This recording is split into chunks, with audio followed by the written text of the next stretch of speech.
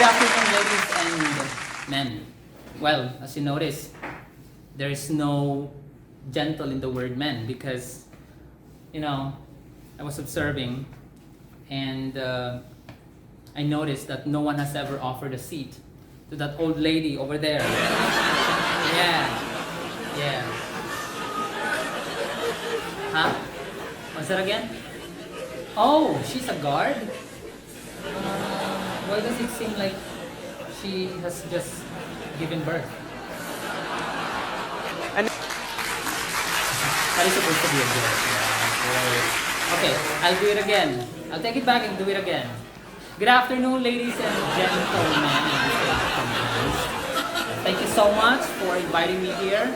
And yes, thank you so much for giving me this wonderful opportunity to make you happy today. And I just, it's a great thing for me, yeah, of course. And I just hope that I would be able to make you happy today. I'm not really sure about that. But at least I'm trying my best and perhaps help you forget your, debts, your face problems, like mine. Okay. Yeah, I know, right? Alright. Now, I spent a lot of years teaching Koreans English. In fact, there's a total of 12 years of me teaching Koreans English. Can you imagine that? Yeah, me teaching English to Koreans? Hell no, right? But yeah, I did. And I have had a lot of funny moments with my students.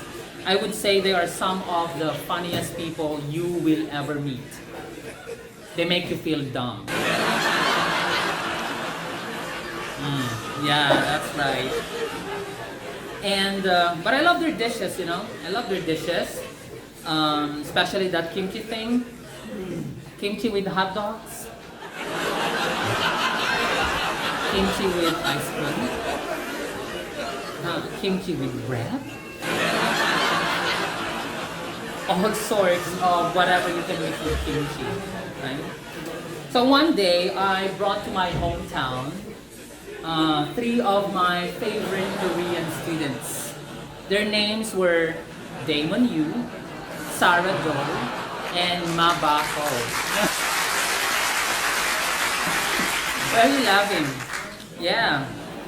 Seriously, actually, I gave their names. Yeah, they loved it. They cursed me a lot, actually. They cursed me a lot until they found the meaning. They cursed me a lot on that. They couldn't do anything anymore. They just let it because their names are all over the bulletin boards in our school. The worst is it was even written on their graduation certificates. And Damon Yu, Sarah Do, and Mabaho. Just imagine that. So let me continue. We arrived at home during the night from Baguio City. And we rested and had a very simple Western meal. And then after that, we just went straight to bed. The following day, one of them, Damon Yu, asked for our main lunch. And because I wanted to brag the Ilocano dishes, our traditional dishes in here, so I told him something that is really, really interesting and very specific. Something that would make them have an idea about. So I thought of one specific meal. So Damon asked me, Teacher Kelvin, what's for lunch today? And then I answered as I was looking at this table full of vegetables, which my mom bought from the public market earlier that morning. So I said, our lunch today is special.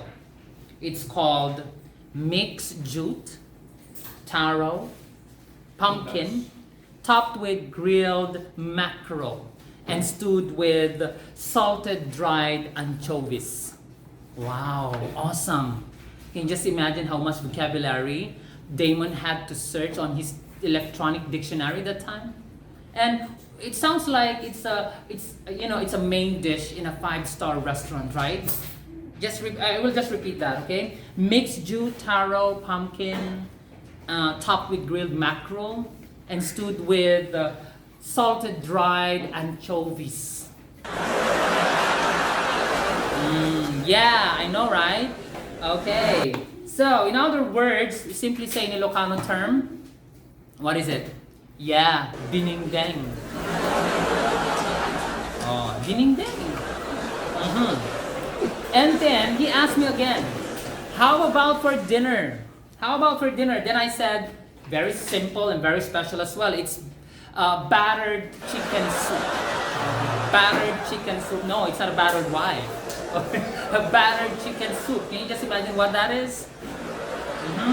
Then Mabaho asked me, what is that, teacher? And it's called, and I answered, it's called pinikpikan, or tinola in our term in here. Because you know the pinikpikan, you have to tap it, so you bat it. Right? You bat it, so it's battered chicken, right? It's battered chicken soup, very simple. Okay? Now, the most interesting thing also is that Koreans, you know, when they visit your hometown, you really have to translate everything. All right? You really have to translate everything for them, even the names of your family members. Okay? And I must say, everything will turn really into Western. Okay? Just like the name of my grandfather, Arturo. All right? And then you translate it into the name Arthur. Like King Arthur. You can just imagine Arturo into King Arthur. Alright? Or my grandma, Pasencia. Okay, Pasencia. And then her name turned into Patience. Oh, Patience, right? And then we have here also my father's name, Marmolito. Then it turned into Marble. Because marmol in English is marble. And you know what's even funnier?